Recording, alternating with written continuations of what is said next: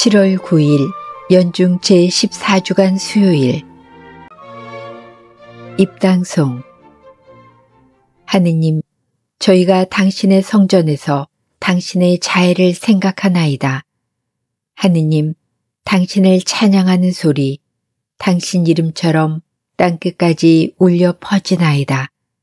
당신 오른손에는 의로움이 넘치나이다. 제1독서. 그래, 우리가 아우의 일로 죗값을 받는 것이 틀림없어. 창세기 41장 55절에서 57절, 42장 5절에서 7절, 17절에서 24절의 말씀입니다. 그 무렵 이집트 온 땅에 기근이 들자 백성이 파라오에게 빵을 달라고 부르짖었다. 그러자 파라오는 모든 이집트인에게 말하였다. 요셉에게 가서 그가 시키는 대로 하여라. 기근이 온 땅에 퍼지자 요셉은 곡식 창고를 모두 열고 이집트인들에게 곡식을 팔았다. 이집트 땅에 기근이 심하였지만 온 세상은 요셉에게 곡식을 사려고 이집트로 몰려들었다. 온 세상에 기근이 심하였기 때문이다. 가나안 땅에도 기근이 들었기 때문에 이스라엘의 아들들은 이집트로 곡식을 사러 가는 다른 사람들 틈에 끼어 그곳으로 들어갔다. 그때 요셉은 그 나라의 통치자였다. 그 나라 모든 백성에게 곡식을 파는 이도 그였다. 그래서 요셉의 형들은 들어와서 얼굴을 땅에 대고 그에게 절하였다. 요셉은 형들을 보자 곧 알아보았지만 짐짓 모르는 채 하며 그들에게 매몰차게 말하면서 물었다. 너희는 어디서 왔느냐? 그러고 나서 그들을 사흘 동안 감옥에 가두었다. 사흘째 되던 날 요셉이 그들에게 말하였다. 너희가 살려거든 이렇게 하여라. 나도 하느님을 경외하는 사람이다. 너희가 정직한 사람들이라면 너희 형제들 가운데 한 사람만 감옥에 남아있고 나머지는 굶고 있는 너희 집 식구들을 위하여 곡식을 가져가거라. 그리고 너희 막내 아우를 나에게 데려오너라. 그러면 너희 말이 참되다는 것이 밝혀지고 너희는 죽음을 면할 것이다. 그들은 그렇게 하기로 하였다. 그들이 서로 말하였다. 그래, 우리가 아우의 일로 죗값을 받는 것이 틀림없어. 그 애가 우리에게 살려달라고 애원할 때 우리는 그 고통을 보면서도 들어주지 않았지. 그래서 이제 이런 괴로움이 우리에게 닥친 거야. 그러자 르우벤이 그들에게 말하였다. 그러기에 내가 그 아이에게 잘못을 저지르지 마라 하고 너희에게 말하지 않았더냐. 그런데도 너희는 말을 듣지 않더니 이제 우리가 그 아이의 피에 대한 책임을 지게 되었다. 그들은 자기들과 요셉 사이에 통역이 서 있었기 때문에 요셉이 알아듣는 줄을 알지 못하였다. 요셉은 그들 앞에서 물러나와 울었다. 주님의 말씀입니다. 하느님 감사합니다. 화답송. 주님, 저희가 당신께 바라는 그대로 자애를 베푸소서. 비팟하며 주님을 찬송하고 10줄 수금으로 찬미 노래 불러라. 주님께 노래하여라 새로운 노래. 고운 가락을 내며 환성 울려라. 주님, 저희가 당신께 바라는 그대로 자애를 베푸소서.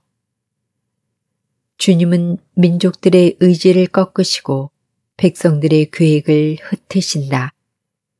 주님의 뜻은 영원히 이어지고 그 마음속 계획은 대대로 이어진다. 주님, 저희가 당신께 바라는 그대로 자애를 베푸소서. 보라, 주님의 눈은 당신을 경외하는 이들에게, 당신 자애를 바라는 이들에게 머무르신다. 죽음에서 그들의 목숨 건지시고 굶주릴 때 살리려 하심이네. 주님, 저희가 당신께 바라는 그대로 자애를 베푸소서. 복음 환호송. 알렐루야. 하느님 나라가 가까이 왔다. 회개하고 복음을 믿어라. 알렐루야. 복음. 이스라엘 집안에 길 잃은 양들에게 가라. 마테오가 전한 거룩한 복음 10장 1절에서 7절입니다. 그때 예수님께서 12 제자를 가까이 부르시고 그들에게 더러운 영들에 대한 권한을 주시어 그것들을 쫓아내고 병자와 허약한 이들을 모두 고쳐주게 하셨다. 12 사도의 이름은 이러하다. 베드로라고 하는 시몬을 비롯하여 그의 동생 안드레아, 제베데오의 아들 야고보와 그의 동생 요한, 필립보와 바르톨로메오, 토마스와 세리 마테오, 알페오의 아들 야고보와 타데오, 열혈당원 시몬, 그리고 예수님을 팔아넘긴 유다 이스카리옷이다. 예수님께서 이 12 사람을 보내시며 이렇게 분부하셨다. 다른 민족들에게 가는 길로 가지 말고 사마리아인들의 고을에도 들어가지 마라. 이스라엘 집안에 길 잃은 양들에게 가라. 가서 하늘나라가 가까이 왔다 하고 선포하여라. 주님의 말씀입니다. 그리스도님 참여합니다. 참 예수님. 예수님. 예전에 개그맨 신동엽 님이 어떤 프로그램에 나와서 하신 말씀 중에 이런 말이 기억납니다. 혼자서 운전할 때 나는 누가 끼어들어도 절대 욕을 안 해. 왜냐하면 저 사람은 못 들어. 내 차 안에서 나 혼자 욕하고 나만 듣는 거야. 그 사람은 피해가 하나도 없어. 그 부정적인 생각과 말들은 나한테만 영향을 줘. 사실 운전을 하면서 화가 나는 일이 아주 많이 생깁니다. 평소 말씀이 매우 바르시던 분들도 운전대를 잡으면 욕설을 내뱉기도 합니다. 저는 누군가 끼어들거나 급하게 내 앞에서 뭔가를 하면 그냥 뭐가 많이 마려운가 보다 라고 생각하려고 노력합니다. 그런데 가끔 내 앞에 끼어든 저 사람은 자신으로 인해서 내가 화내고 있다는 그 사실을 알까 싶습니다. 어쩌면 그냥 지나가다 보니 누군가에게 그런 피해를 주었는지도 몰랐을 수도 있습니다. 그리고 저 역시 그러지 않았을까 하는 생각이 듭니다. 피해를 준 것이 남들에게 최대한 배려하며 살아갔다고 생각하지만 저도 모르는 사이에 주는 피해가 많았을 것이라는 생각도 듭니다. 신학교에 있을 때 친한 후배 한 명이 동기 중에서 저에게 말을 걸고 친해지고 싶어하는 동기들이 있는데 제가 불편하고 어려워서 말을 걸지 못했다는 얘기를 들은 적이 있습니다. 사실 딱히 누군가에게 살갑게 대하려고 노력한 적도 없긴 하지만 그렇다고 관계를 어렵게 만들고 있다고 생각하지는 않았는데 저도 모르는 사이에 어떤 거리감을 주는 행동과 말을 했었기 때문에 저를 어려워했겠구나 하는 생각이 듭니다. 그리고 사실 성당에 있으면서 사제로 살아가면서도 마찬가지일 거라 생각합니다. 누군가는 제 말과 행동에 상처를 받고 있을 것입니다. 나도 모르게 남에게 피해를 주고 아픔과 상처를 줄 수 있다는 것을 생각하며 다른 사람들을 판단하는 것을 조금 멈추게 되고 나 자신의 부족함을 깨닫고 겸손하게 생각하게 됩니다. 오늘 복음의 예수님께서는 12명의 제자를 뽑으셨습니다. 그리고 복음은 그 이름을 나열하고 있습니다. 그런데 그 제자들의 구성이 정말 다양합니다. 친형제들, 어부, 갈릴레아 출신, 죄인이었던 세리 출신, 혁명당원, 마지막에 예수님을 배신할 사람까지 닮은 점보다는 다른 점이 더 많은 이들로 이루어진 구성입니다. 또한 그들이 당시의 종교 지도자들처럼 학식이 뛰어난 것도 아니었습니다. 그리고 아마도 사람들의 존경과 사랑을 받을 정도로 훌륭한 인격을 갖추지도 않았을 것입니다. 이들에게 있어서 하나의 구심점이라면 단지 예수님밖에 없었습니다. 그렇지만 예수님께서는 이 다양한 이들을 당신의 제자들로 부르셨습니다. 그리고 이들은 모두 예수님의 제자로서 세상에 파견되었고 모두 성공적으로 자신들의 전교 여행을 마쳤습니다.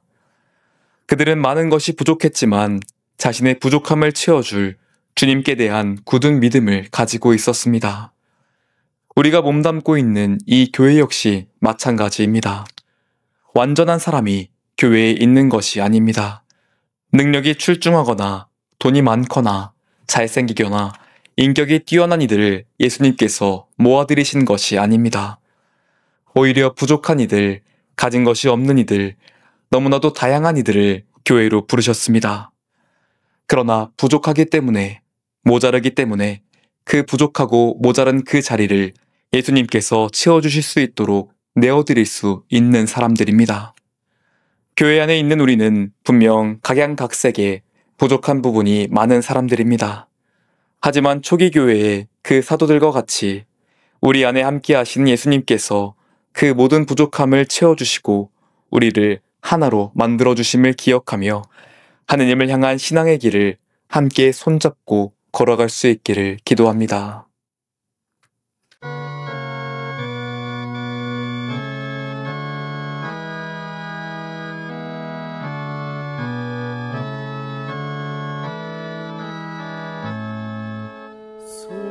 세상에 참된 행복 주 예수 여기 계시네 밀다가 벌어주하네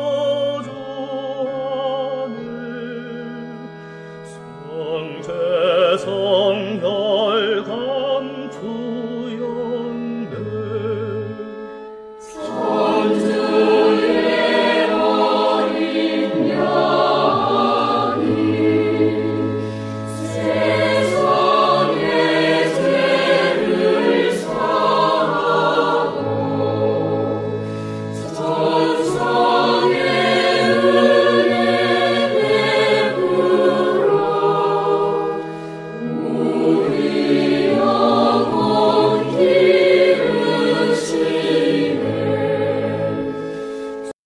성부와 성자와 성령의 이름으로 아멘. 유튜브에서 강웅남으로 검색한 후 제 사진을 클릭하면 재생 목록에는 성경과 강남 노래방 영상들이 저장되어 있습니다. 재생 목록에서 시청하여 주세요. 구독 부탁합니다.